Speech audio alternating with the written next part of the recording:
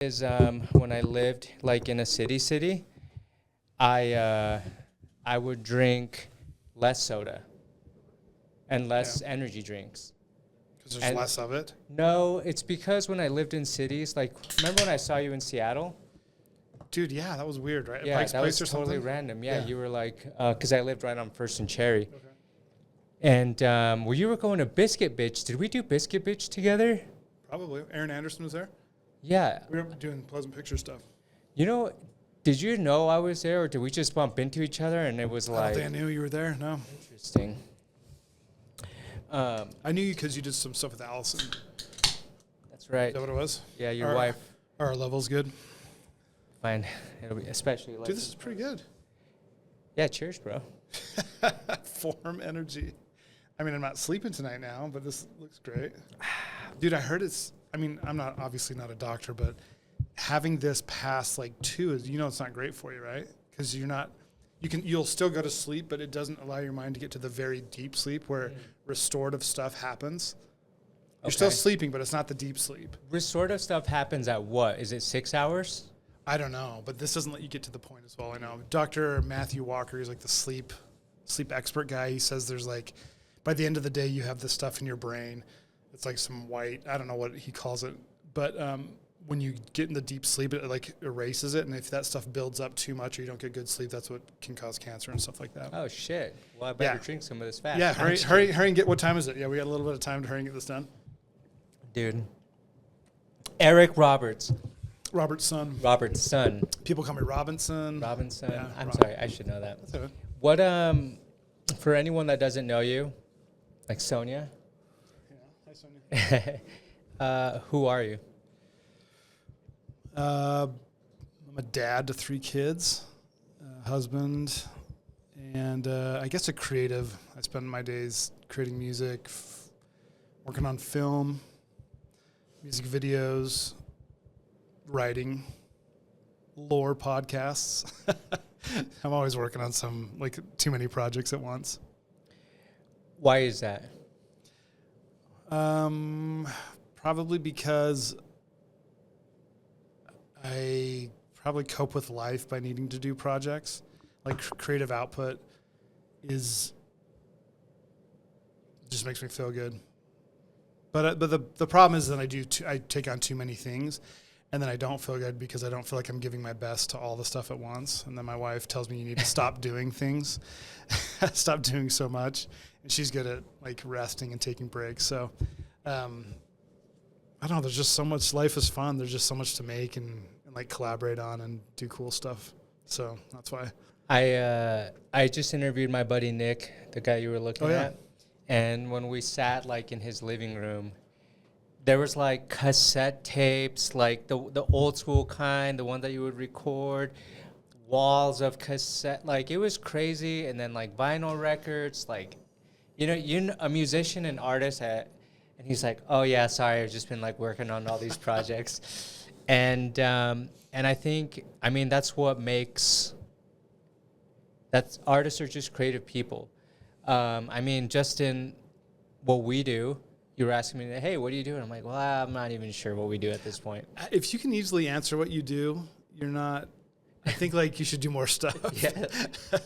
We're all really complex. And I think like if you can easily say, I just do this. Like you don't just do that. You're not just like a fireman or just a mark. You know what I'm saying? You don't do that. There's a lot more going on. Some is just more visible. Like if you're creative and you're actually making product or making stuff, it's just more visible. Like all this cool stuff that you've done. You've done so much stuff. You helped me run my stock music library for a while. And Pleasant Pictures Music Club. Everyone go to it. You made it look so good. Like I did my best to make music. I made the music with my friend Stu, and then I would make the little album art covers, but they were fine.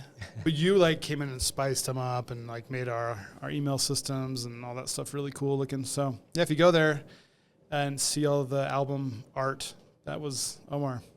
Can I tell you how fun of a project that was? Yeah, tell me. It was like wintertime or something like that, if I remember correctly. Yeah, it was cold. And it was that computer right there, the one Sony's using. And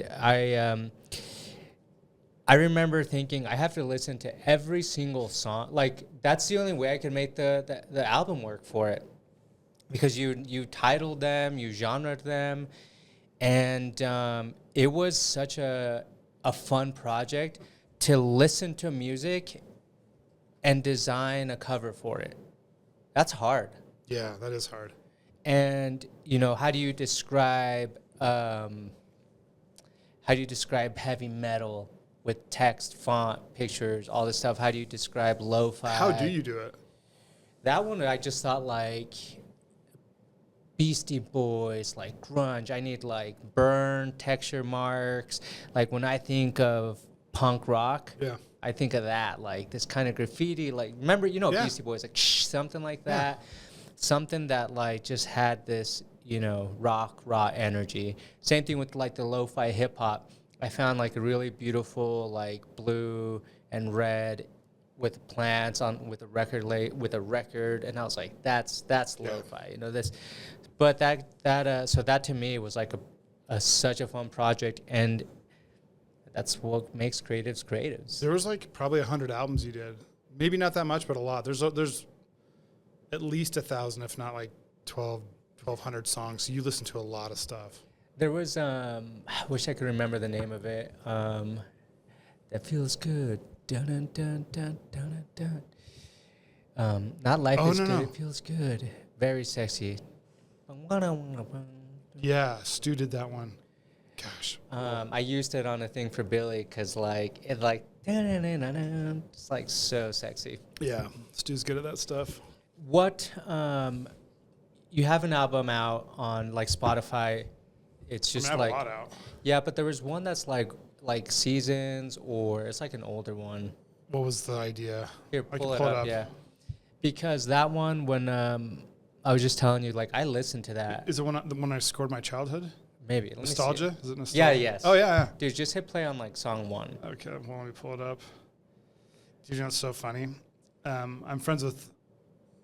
I'm working with John Heater on a project, and we've been friends for a long time and like loosely worked on some stuff in the past. But I was with him in England and we were traveling around, and I had no idea that he like listened to my stuff. He was like, "Yeah." He brought up this same album, this Nostalgia, which in like 3 years ago. I don't know if I was sad or something, but I decided to score my own childhood. Like my best friend. Growing up passed away, so like I have track 12 is childhood best friend Joel Larson 1981 to 2012, but I have stuff like Autumn in the Air to all my crushes. There's a song called Berrigan's Geometry about when I got kicked out of her class in 9th grade. She made me call my mom from the class because I was being so bad, and I called like Central Bank, the automated like weather. 224-801-224-7171. No, it's 801-373-9120. Yes, that's I still know it, dude, and I haven't called it since probably 9th grade. Early morning piano lessons, like my mom forced me to take piano. Grateful she did. Bikes to the Creek, Baby Sister Born, The Road I Lived On, all this kind of stuff. Hellscape of 8th grade. And then Pogs. Tell me that Hellscape of 8th grade. Dude, I hated 8th grade. It was just like the worst because it's junior high. So I went to Pleasant Grove Junior High, so it's 7th, 8th, and 9th. And so 7th was fun. Then I had like a friendship transition period, like lost some friends, getting new ones, but it was just like this really awkward, like going through puberty, just such a, just the hellscape of 8th grade. So I wrote a song. Here, I'll play a little. It's like just dark, like.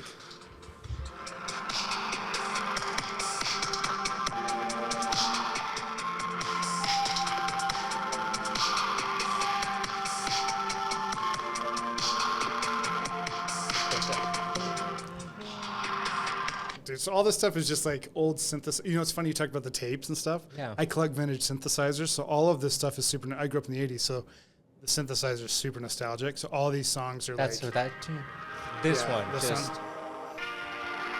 Viewers just listen. This is Berrigan's Geometry.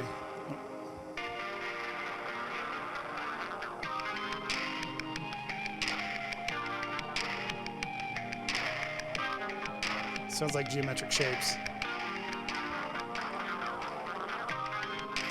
Do you know what's cool about this one? Speaking of creativity, I was just going to release the album. My wife's like, do not just release the album. You need to collab with people. And I've done I've worked with so many videographers because I do music for people. And so she had this cool idea. She's like, what if you had all your friends make videos to all these songs? And so I sent out this album on SoundCloud. And I said, This one? Yeah. Oh. So I sent this album out on SoundCloud to a bunch of my videographer friends, people who I love their work. I said, hey guys, I want to do a showing at Velour, which is a local music venue here. And I want to play my album, but I want if you guys want to make videos to these songs, please do it. I don't care what it is. It can relate to the song. It doesn't have to. And so I sent it out and people claimed them. They said, okay, I got number one. So cool. They claimed. I made a couple of them, but like there's 18 songs. I probably made like 4 of them my own. The rest, my friends, people who have done really big stuff, jumped on it. And then they made the videos and then I compiled it all. And then we watched it at Velour and it was like the coolest night to see. Dude, I just got goosebumps. Can awesome. people find? Yeah, it's on these? YouTube. Dude, I'm gonna I haven't this really- weekend. I'm gonna watch the whole thing. It's so good. There's so many. It's so random. I mean, I love it because everyone was like, no one knew what anyone else was doing. They just had the title of the song, and I didn't even give them anything else. So some are animation. Like there's rad animation, like 8-bit animation. One dude named Dean Chessman. Do you know him? I can't say. He's kind of a legend. He's really smart. He made this code. Sonny, you might be interested in this. He made this code where he inputted the track and then it like visualized it in a really weird. It looked like the Matrix. So the beat, like certain frequencies would change the sound of the color or change the color of the image. Does that make sense? So it's basically reading the song and interpreting it as it is. It's like a really, I mean, it's a visualizer, but it's one that he coded and it looks just rad. It's cool. How do you meet these incredible people? How do I meet them? Well, Let me rephrase that because like it's not like you're going out to meet incredible people, but how have you developed a life where you're surrounded? You just named 2, John Heater, the Peter. What was Peter? No, sorry. Who was the coding guy? Oh, Dean Chessman. Dean Chessman, right? Sorry. He's Dean. awesome. Yeah. Like how have you developed these kind of friendships? Yeah. I guess I can talk principles, but I'll just tell my story if that's probably more interesting. Brother. So when I was in the college years here in Provo, I would play music with friends. So I grew up here. So I guess that there's like, you have a one-up, you're kind of like known in the Valley a little bit, but I didn't know that many people. But then I like went to UVU and met people in the indie music scene and like started bands with them and just kind of like, you just meet someone, then you meet someone else, and you meet someone else. But I got married and I stopped doing music and had this like really good job. I was managing technicians for a security company. But I did that for a while. Was it Aptiv? No, it was first Atlas, which is a dish, and then it was Pinnacle Security. Okay. Eventually, like they got bought out, so a ton of us lost our jobs. So I had a kid already. I was married, had a daughter. She was like 2. My wife was pregnant with our son. He was doing like 4 months, and it was like crappy because I had lost like a salaried insurance, lost all that kind of stuff. My wife wasn't working at the time, about to have another baby. And my wife's like, you know what? We're going to figure this out. You need to go do music full time. And I'm going to do my thing. This is before like the Allison Show. That's my, so we were like, okay, it was like cool. We prayed. We felt good about it. We're like, okay, we're going to do this. God's going to have our back. And I went and got a little studio, like a $200, $300 studio. I believe that if you want to do something, you need to go get a space. Like show the world you're going to do it like this. Yeah. Like don't just hide in your basement and be like, I'm a producer. Like go get a studio. Like you got to show your intentions. You got to put some skin in the game. So I did. So I'm like, I don't even have any money, but I'm going to figure this out. So I went and got a studio and I called up some old contacts. But the most important thing I did is I went back to Velour, which is the venue that I hadn't played in like 5 years. And I was in the back watching Fictionist, which is, Stu's band, which I didn't even know Stuart Maxwell at the time, but I knew Fictionist was kind of the upcoming band. I'm like, I'm just going to go back in the scene. So I'm a dad. I'm like, this is 2012. So I was 30 years old, had a kid, married, and I told my wife, like, okay, if you want me to do music, I got to go get in the scene. I wanted to produce albums and do film work or whatever. I didn't know exactly what I wanted to do, but I knew I needed to get in the scene. So I go there, and I'm sitting in the back, and I am standing next to another guy who looks kind of familiar, but I don't think I'd ever met him, but I just knew of him. Maybe, kind of. His name's Scott Shepard, book on Tapeworm.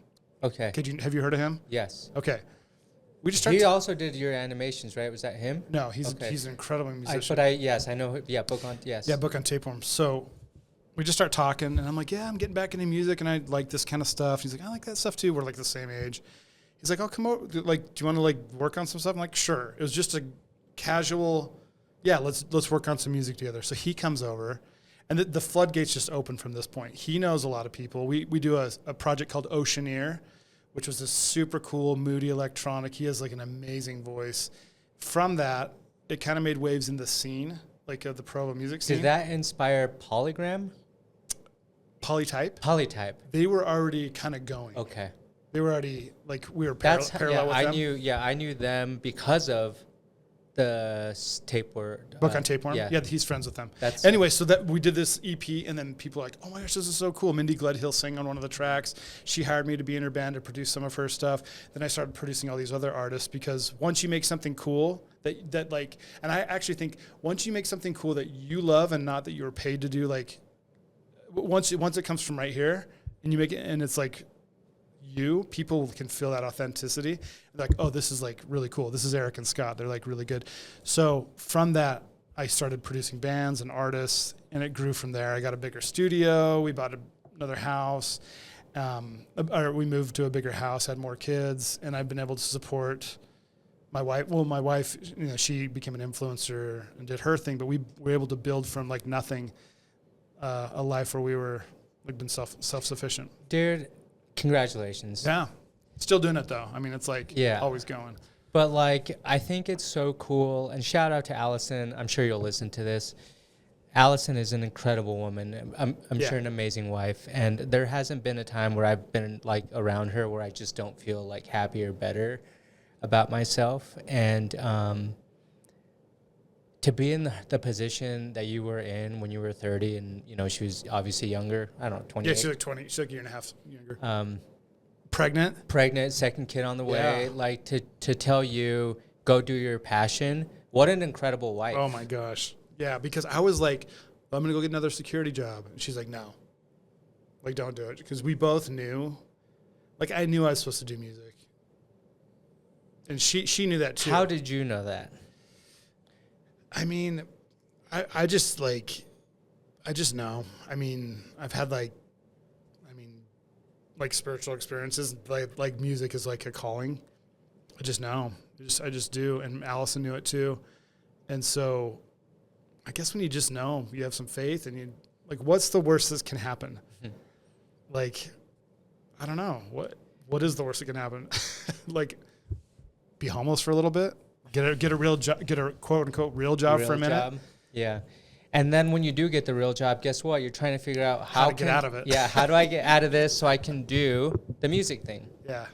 I think, you know, that's why I, like you, it's like I just know that art is my calling, whatever that is. Yeah. Ever since I was a kid, art was the thing. Yeah. Whether it was trying to write graffiti, trying to like just watching MTV, VH1, The Box. I was just so fascinated by it. Like it just shapes everything in my life. You speak the language. I get it. Of pop culture, I guess. Yeah. Versus music. Though music, like it's when I look, I started a record label. That's how I remember like, and I think that's why that project, if I think about it, and I was fascinated when I found out that you did music, but I didn't realize to the extent of the music that you did, because when I think of music in Utah specifically, and you'll know more than I do, but the talent that is here, insane. Yeah. I mean, who are the biggest names that you know of that for sure that like came out of here? Yeah, that people would be like, I mean, Imagine Dragons, number one. I mean, they're from Vegas, but they started here, and Velour, the same place where I played.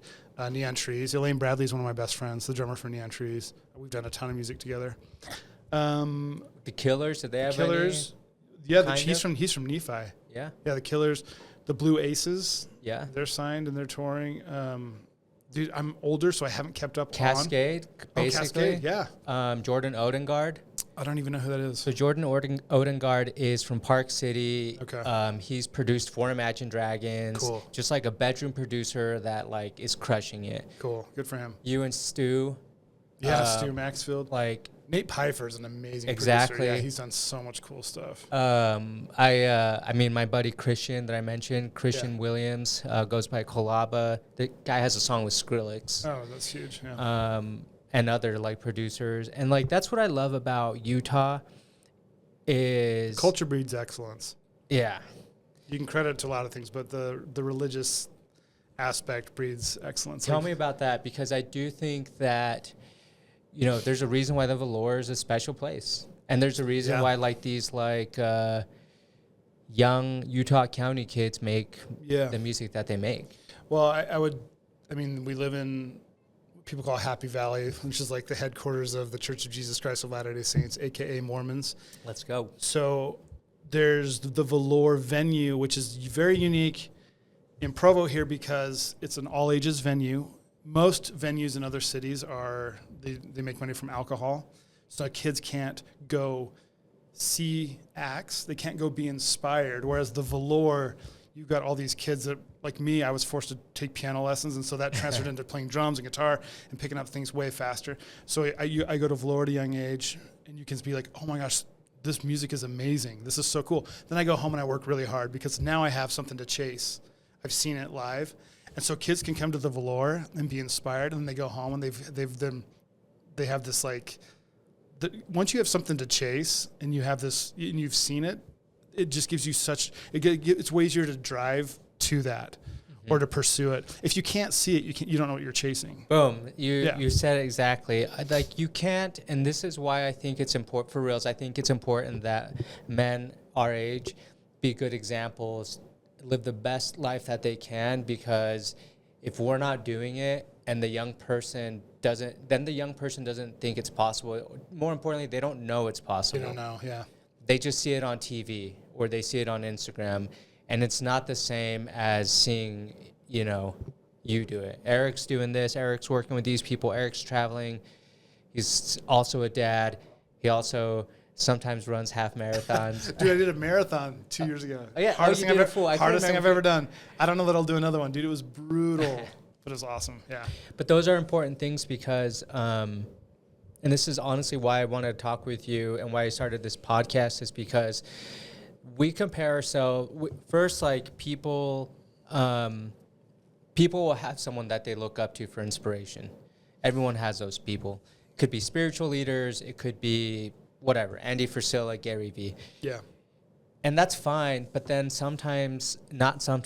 often we start comparing ourselves to those people in our off days. Right? You're inspired by someone, but maybe you have an off day, and you're like, oh, I'm just never going to be like that person. And then you run into an Eric in Seattle. Yeah. And I'm like, this guy, like, he inspires me. Like, I want to do something like this. And those little important moments shape people's lives, because if going back to it, if you're not living a life, pursuing a life of purpose, it's a sad life. Yeah. And if you have a sad life, you're not inspiring anyone or yourself. And that's a bummer, dude. Yeah, it's a waste. And I see it happen. So that's why I wanted to talk to you, because especially someone in the music scene, music industry, film industry. Yeah. Like, I don't even know if when or whatever, but once you made the choice to do music, it seems like it was just kind of like, it's almost. I mean, it was like this is the thing. I think there's a principle that if you kind of like cut away your life raft, or you jump out of the plane, burn the ships. I think that, to me, and you have good intentions, you're living a good life, God, and you align with God, like there's nothing you can't do. I mean, I firmly believe that. People can call it the universe, whatever you want to call it, but I think it's very wise to acknowledge a higher power in your life and try to know it and align with it, and know that it truly looks out for you, and that you are created for a reason, and you have gifts for a reason, and usually those reasons are to inspire and bless other people. And doing that's really fun. Like if you work hard and learn from others, and then be able to pass that on. It's really, really satisfying. There's a lot of like youth in my ward that are coming up in my church neighborhood that love music, and they come to my studio and they're like, "Oh, this is so cool!" And like I had a kid text me today. He's like, "Let me know if I can come help work on this. I'm doing a documentary sound mix right now. Let me know if I can come help with that." That's awesome. As opposed to being on an island and just being like, sure, you're doing really cool stuff, but you have no interaction and you're not giving back. It's definitely not as satisfying if you're not bringing people with you. And so that living that life of purpose has to include other people and not just making art for the sake of making art. Amen, brother. Thanks. I've always had this philosophy, and I believe it, but it's more fun to be successful with your friends, and to do it together in whatever way. More fun. Like, for example, I remember, when Christian, I mentioned him when he had his breakout moment, and, we started the touring circuit, and he's like, "Hey, you want to be a tour manager?" And I was like, "Hell yeah, I want to be the tour manager." But him bringing me on and being backstage in the biggest festivals across the country, so powerful. Right. And then when I ended up going and working for a sneaker company and we needed to make music, guess who I called? When I started this company, and I'm like, we need, who am I calling? And not only who am I calling, but who is frontline helping me do it? And it's not like it's his passion project. It's so that he's like helping, and that's powerful, because if you're just focused on yourself only, and not thinking about how can I make the world a better place, as silly as that sounds, how can I make my scene better, you're not going to last. Yeah, definitely. Dude, network is so much. As I look back, it's way more important than I ever thought it was. All of my big gigs that I've had is because of network. Like, I've done a commercial for Tesla because I had a buddy that worked in the creative agency there. I've done like stuff for Reebok or Wendy's and Nike and like all these. The yogurt company that was Noosa. On the Super Bowl. Noosa, I don't remember where it played. It was made by Gary. Huggies with Michael Phelps. Like, I've done all these crazy things because I met people in college that went on to work for ad agencies or film companies, and they're like, "Oh yeah, Eric was cool. I'm gonna call him and see what he's up to." So they'd call me, and I'm like, "Yeah, I'm doing it full time." Or there's two things about that I'd love for you to expand on. Number one is your friends that went somewhere and then they're like, "Oh, Eric was cool." Yeah. I've been talking about how important it is to have people skills and be self-aware. Yeah. Especially as a creative. Yeah. My wife thinks I'm really odd because I'm really creative, but I'm also like decent at business and people, which is not that usual, I think. The truly creatives are kind of eccentric and lacking in some areas. And then business people are not great creatives, but somehow I like lucked out and I've had so many experiences and good parents and that I've had that I kind of have skills in both arenas. Was it the church? I mean, I think any church culture, any culture that binds like people to get out of their houses and serve each other and to like interact with different age groups. Like if you go to church, you can interact with younger people and older people. And I think, that's a big part of it. If you're just isolating in your home with just people that you feel comfortable with, there's just less area to grow and stretch and like understand how people work. I highly recommend finding a faith community if you don't have one. Yeah. And it's funny you talk about faith and community because a lot of the stuff that's going on right now in the world is so like divisive that I was talking about this with my dad. A lot of the conspiracy people in the whatever community world, they're kind of preaching Christianity. Oh, like right wing Christianity, like not Christian nationalist. For example, stuff? Brett Weinstein. Have you heard of that name before? No, that's Lex. No, you're thinking Lex Friedman. But Brett Weinstein is like this engineer, but he's world an atheist famous. Guy. Yes, but he's cool on faith, but he's an atheist, right? Yes. Yeah. And so this podcast he just did on the Diary of the CEO. It's like a 2-3 hour podcast. this podcast is very doomsday podcast. It's like, hey, it's the end. It's the beginning of the end is how he starts talking. And that really captivated me. But he talks about how he's like, it's the beginning of the end. And my advice would be start a family. You know, you can't, he's like, I dream about the cosmos, but I wouldn't trade it for a day with my kid. He's like, you need to pray. And he's challenging this guy. And I felt challenged when he was, talking about that. And he's like, I'm an atheist, but exactly what you said. He's like, there is something powerful about praying to God. And he specifically, I think he said Christ. And so I've heard even Joe Rogan talk about it, mention it. Andy's mentioned it a lot. You know, there's people that are, and I had this conversation with my dad. I'm like, you know what? I may not be religious, but if all the data that I remember and recall from the spiritual upbringing, this is exactly what's going on right now. Yeah. It's not, hey, it might be in the future. It's like really happening. And I find that two things. It's beautiful that people are finding they're like real search, not like, yeah, I'm going to go to church, but like find real purpose. Like why? And that was a huge rant. You said something, I lost my train of thought, but the faith and the music, and that's right, the people skills.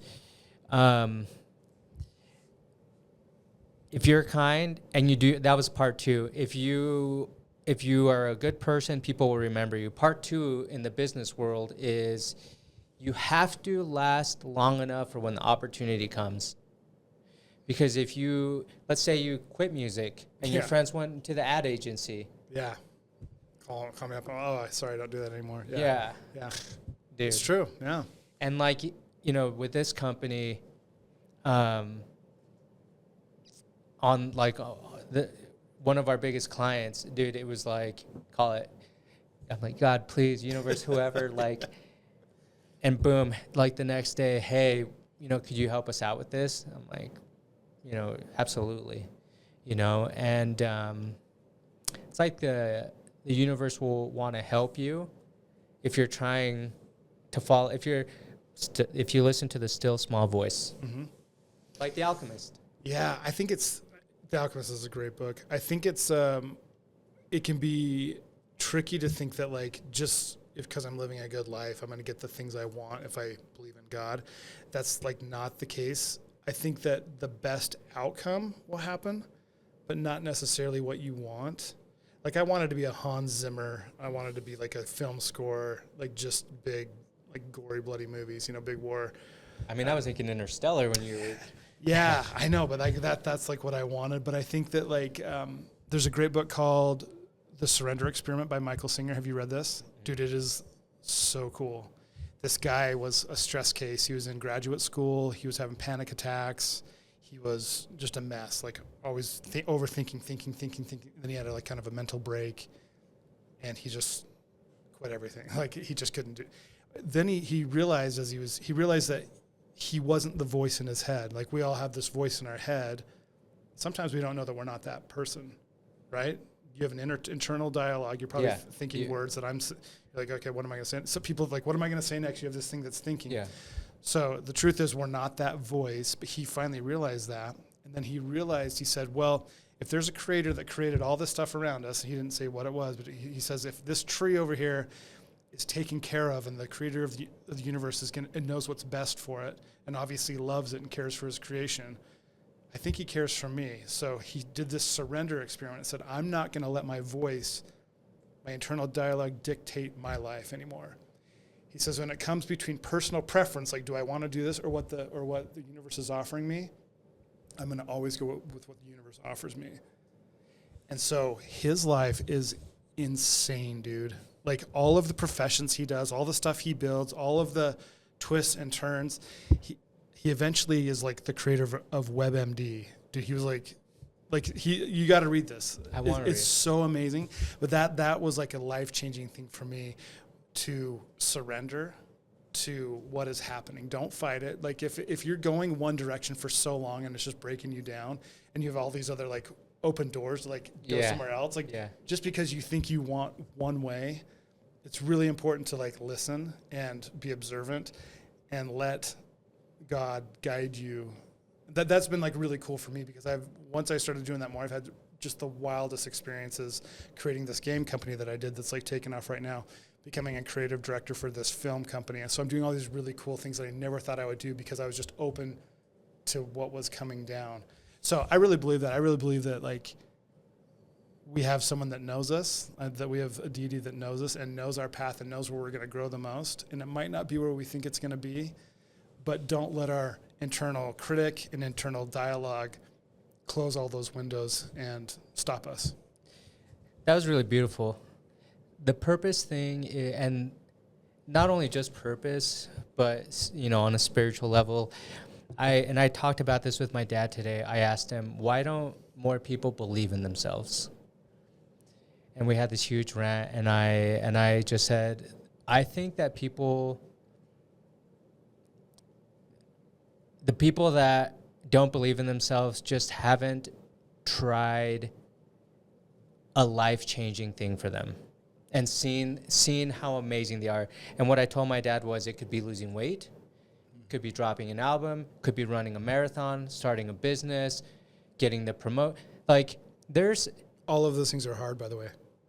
But until you put the effort and see the success for yourself, you won't see the value in yourself. And I 100% agree. And when people see how amazing they are, and the light hits, dude, that's why there's so many like good influencers, right? Good people, because I'm getting all spiritual here. People have a light in them. Yeah. And that light shines brighter when the person is trying to listen to their purpose. Yeah. And try to go in that direction. And you're right, like sometimes I look at the studio, I'm like, this was not the plan. Yeah. I wanted like a record label, lifestyle brand. I wanted to be in the scene. I wanted to like be in the scene with Skrillex and Diplo and A-Track. And now I'm like, no, thank you. I'd rather do this. Mm-hmm. But I had to take the chances. I had to grow. I had to like figure that out. And more importantly, I had to be pushed into a corner that had to challenge me to make those choices. Yeah. And rely on something bigger than myself. Yeah, that's true. I also think going back to why don't people believe in themselves, I mean, I don't know all the reasons why not, but I do believe that people are inherently very valuable, whether they've done something or not, because of their potential. I think that just because they haven't accomplished yet doesn't mean they're not capable of something. We're all capable of something. Humanity's amazing. So I want to just make that different. I really believe that like we have divine potential, but all those things you named are hard things to accomplish. And so once you fight for something, that's where the meaning comes in. Mm-hmm. It's the fight, and it's actually not even the end. Like when you accomplish something, my wife and I talk about this a lot. You're always kind of let down when you have the dream actually happen. For example, I grew up a Utah Jazz fan, basketball team here. Like, let's go Jazz Nation. All right. So I like grew up super sad when they lost to the Bulls in the finals. Like 2 years in a row. Yeah. So we all were. Dude, I got the opportunity to literally write the music for the Utah Jazz that plays in the arena. I've done it for 7 years now. So like when I got that gig, I was like, this is the coolest, this is the biggest thing that's ever happened. So I go to the game and it plays, and it was so magical. It was so cool, just surreal. But then I went home that night and I felt the same way I did the day before. Like that moment was so cool, but it really is the living the day-to-day of like just being and in the fight. Like those are the best days. There really is. Like Allison, my wife, got a book deal through HarperCollins, and that was like her goal. She got it. She got it like when she was, I don't know, low 30s. Like you don't plateau when you get your book deal. And we've had tons of challenges since, but people seem to think that once I reach that level, I'm going to be happy, everything's going to be good. And I've just found the case, like, it's just not. Like, I've seen my name in credits for movies I've done and, like, film scores and, like, things that I dreamed that would be, like, if I did it, I would make it. And it's really just, like, the day-to-day, to family, like the stuff that's meaningful. It's not actually reaching your goals. I was talking to my friend Felicia. She just ran an ultra. She did like 50 miles and is training for 100. And we're talking about... Those people are crazy, by the way. Seriously. I love them. I'm one of them. Yeah, you are. You're crazy. There's... When you cross that finish line, you know, you just ran a full. And you trained for how many months? 5 months, 4 months. I remember, like, you were like, oh, I just got to go on this 13-mile run. I was like, respect, bro. Yeah. But you train for all these months. It hurts. I hate it. And only for a split second, just to cross that finish line. And the two things I love about that is, you're right, the important stuff is the training. I love the training, actually. It's because it's what shapes you. It's what shapes your mind. It's because you have that goal. I committed to doing it. I'm going to do it, and we're going to get it done. And then you cross that finish line, and the thing I love about that one moment, it's gone. It's gone. It's cool, though, but it's gone. It's gone. And you have to move on to the next thing. What's the next challenge? You did it. Yeah. You crossed that. You said it. You did it. You're You still the crossed same it. person. And I have this, you know, there's all these sayings that I have in our company. This one's inspire yourself, right? Like, inspire yourself and double down on yourself. You have to inspire yourself to continue to just see what, like, I do believe that we're divine, like, freak, you know, I talked about Sonia. Do you know what's a cool thought real quick? Yeah. Let's just say we're not divine. Okay. We're aliens? No, let's just say let's just say what we see is what we get, okay? I love this thought experiment. What if you thought you were divine as opposed to knowing the reality that you weren't? What if I thought what is true though? Like, if you act divine and you act like there's purpose and you act like someone's, you know, taking care of you, how you act and the outcome of your life, as opposed to, maybe it's not true, but do you see what I'm saying? This life still turns out way better. You actually make it true. Do you see what I'm saying? For example, you believe we're eternal, so you're going to see your loved ones after death. Mm-hmm. So you go into the funeral like it's super sad, but you have hope, and it's like I'm going to live and honor them because I'm going to see them again, as opposed to I'm never going to see them again. Even if it's not true, the way you live your life, believing in faith in a higher power, your life turns out way better. Yes. Yeah, no, that I agree with that. And I heard actually someone talking about like the Indian culture. Like India or Native American? Okay. India. And they're, I think it was Brett Weinstein that was talking about it, where he said they just figured it out. They figured out that like an eternal round or family or whatever it is. He said something was really beautiful about that, and I actually do agree and believe that if you do live with this belief system, whatever it is, right?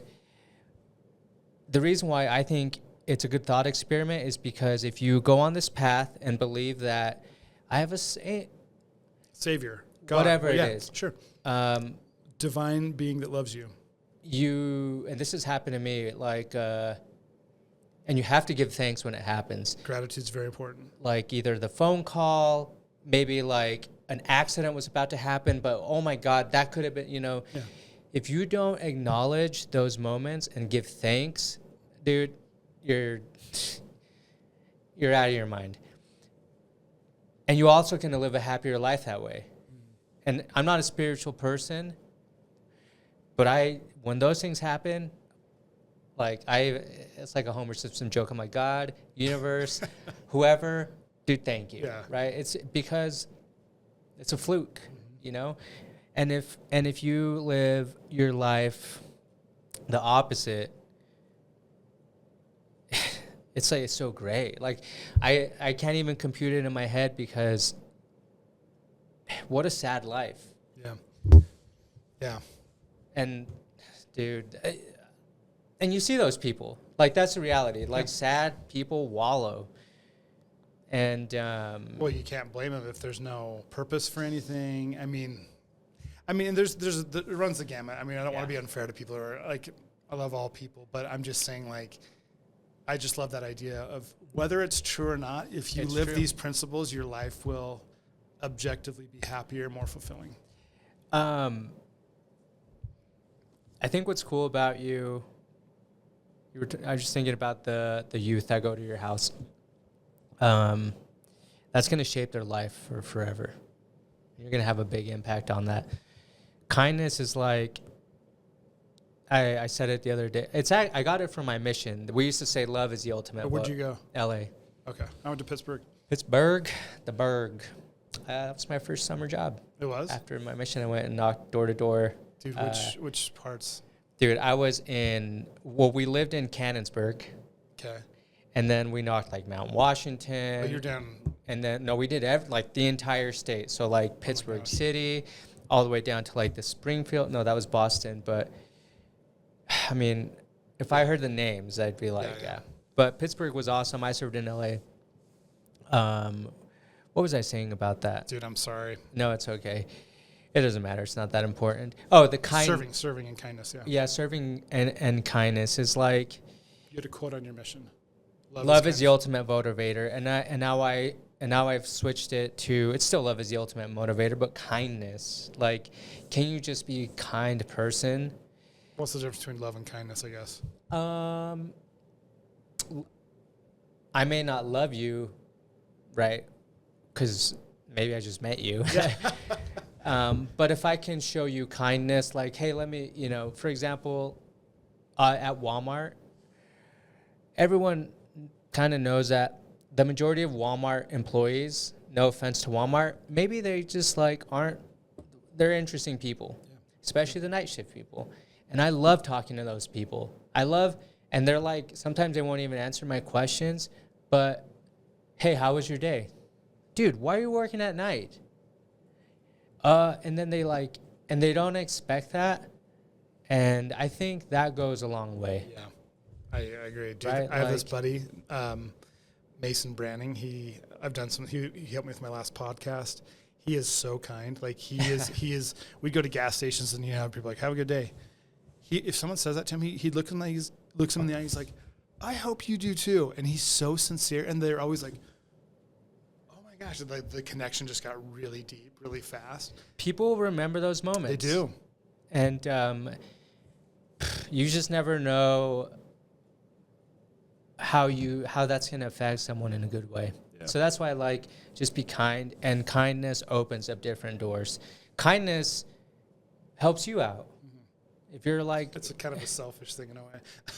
It really is, right? Like you're sad, dude, go open the door for someone. That'll change your mood. Yeah. Let's shift gears. I want to hear about some of the stuff that you've been working on, because I had no idea, bro, and that's freaking awesome. Yeah. What are you working on? Oh my gosh. Like legit working on, not like, Yeah.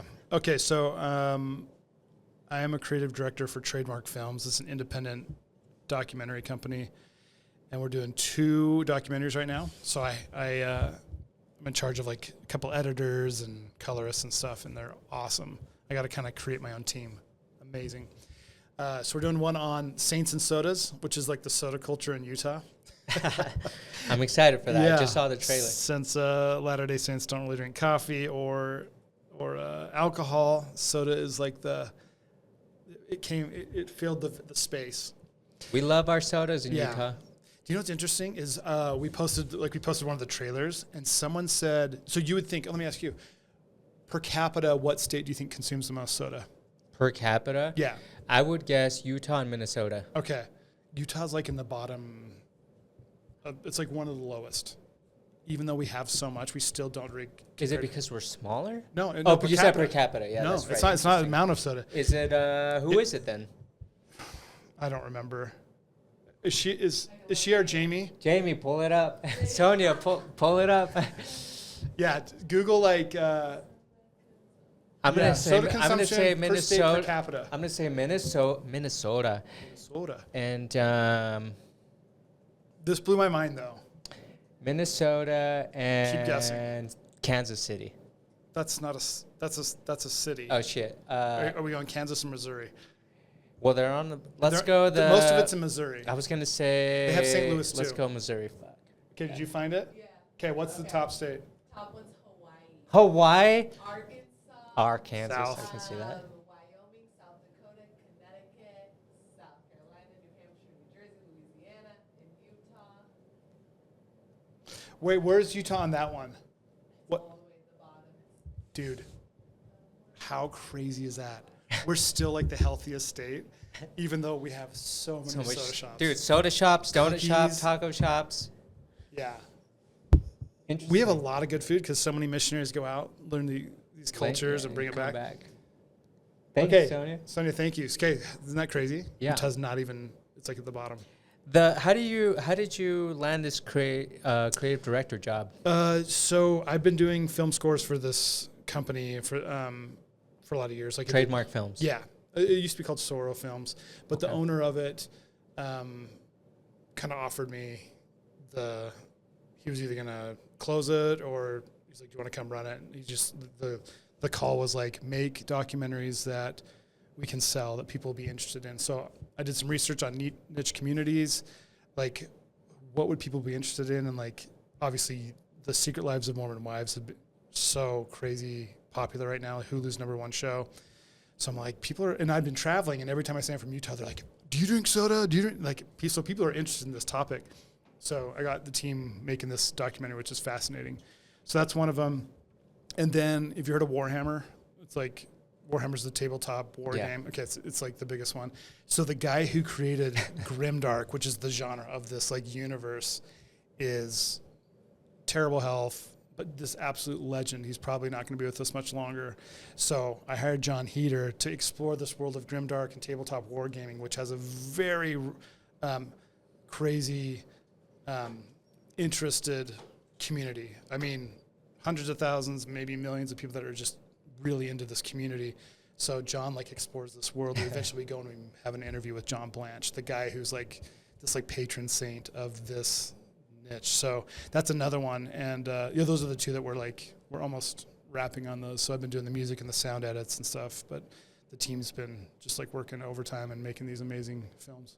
What about congratulations, man. Yeah, I fun. think like I said, every single time I've chatted with you, I'm always inspired, and I'm always like, what? Like, because you push the envelope, but you do it in a very you do it in such a casual way. I don't really post anything. Which is awesome, dude. Yeah, I just forget.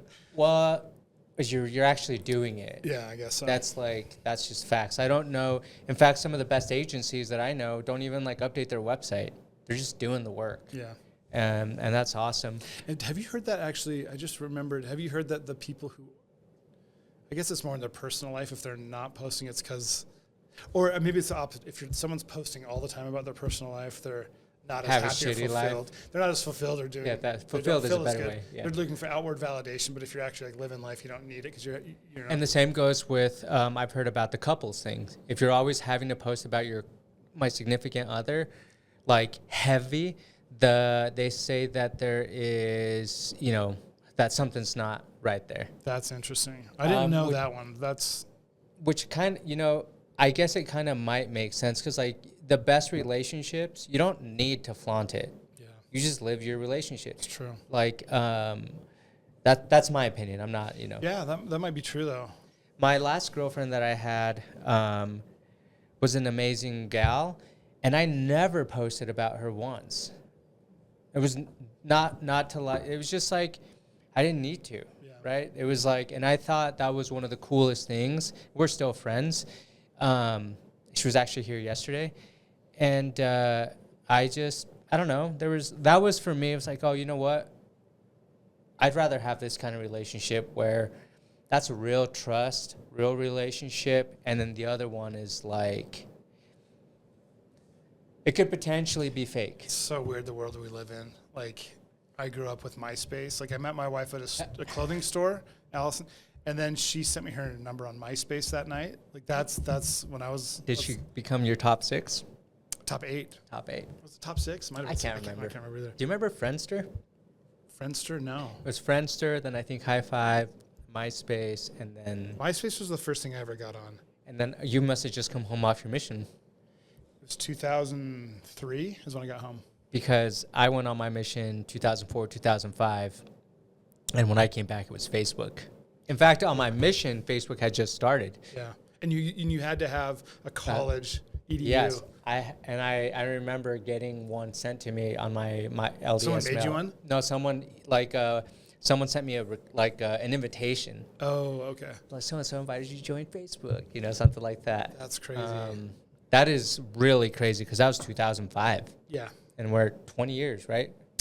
20 years, yeah. The world has changed a lot. It's insane. I don't remember. We're talking about posting and why we post about relationships and what you're doing. Yeah, who knows? But I have a tabletop gaming company, speaking of Grimdark and all that, and I do post on that because it's building a brand and it's building revenue. So I do post for that one. I'm more interested, more motivated to post for that than what I'm my personal life. Do you have a life philosophy? A life philosophy? I mean, I should probably think of like what it is. I mean, I had this really cool thought when I was training for the marathon, and it came to me like kind of like just inspiration, revelation, whatever you want to call it. And it was like, the best way to honor your creator is to honor his creation, you, by taking care of yourself mentally, physically, and spiritually. It's beautiful, dude. That's usually my last question. But I want to ask you a different last question. What made you become so connected to God?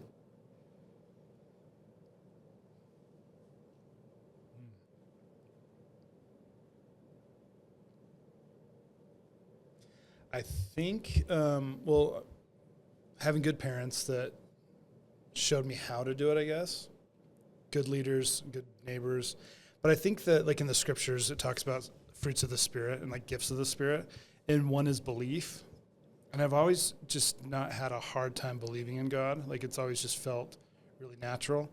And I think by living my life with that belief, I've seen so many like serendipitous occurrences, miracles, and I'm going to credit it to God, and then more things happen.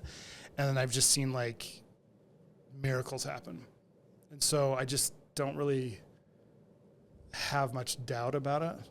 I think I would be dishonest if I said I don't believe in God. It would be a dishonest thing. And so, experiences in my youth, marriage, seeing my kids, I think being a dad, like there's something there when you create something and seeing how much you love something you help make. And they didn't even do anything. They don't even like actually deserve love. They didn't, I mean, in a transactional way, they're just like these incredible beings. And then trying to understand how much God loves you, it's overwhelming. And then, like you said, I love that you talked about gratitude. I think when you practice gratitude, it like opens a connection to the divine. And so I said a lot, but I think just a lifetime of belief and choosing to see it. I'll tell you, no one has, like, every time I'm around you, you just have this awesome spirit about you, right? If we're going, like, that's in that world. And it's full of love. Like, that's really what it is. When I'm around you, if I could describe it, it would be love or true kindness or just so, like, you're a special dude, and I'm thankful that you're always trying to be in tune with your creator, because I don't know anyone that is genuinely trying to do it.